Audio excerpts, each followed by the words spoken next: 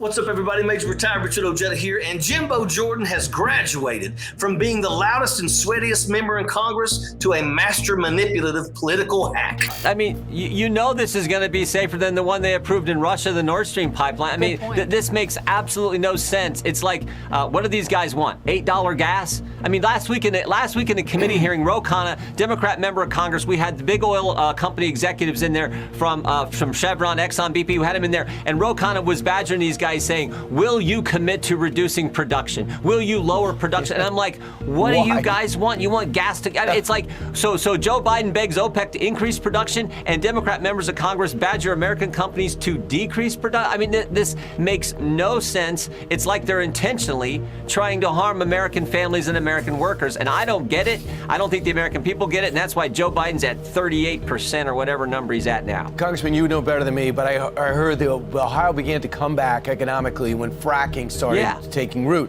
Have you guys been affected since they've only really stopped it on federal land?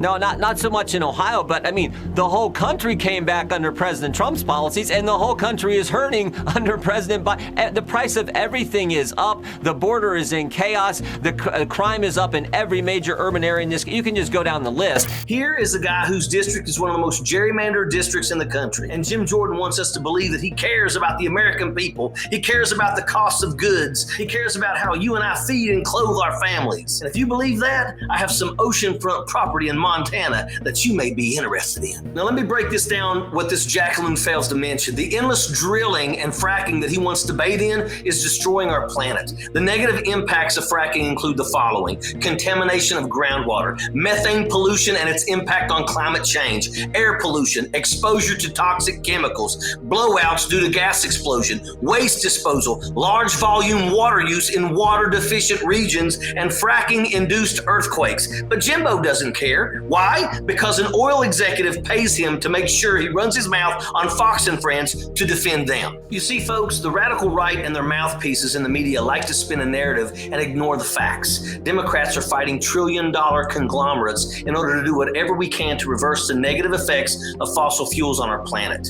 But they want you to think we're the monsters, right?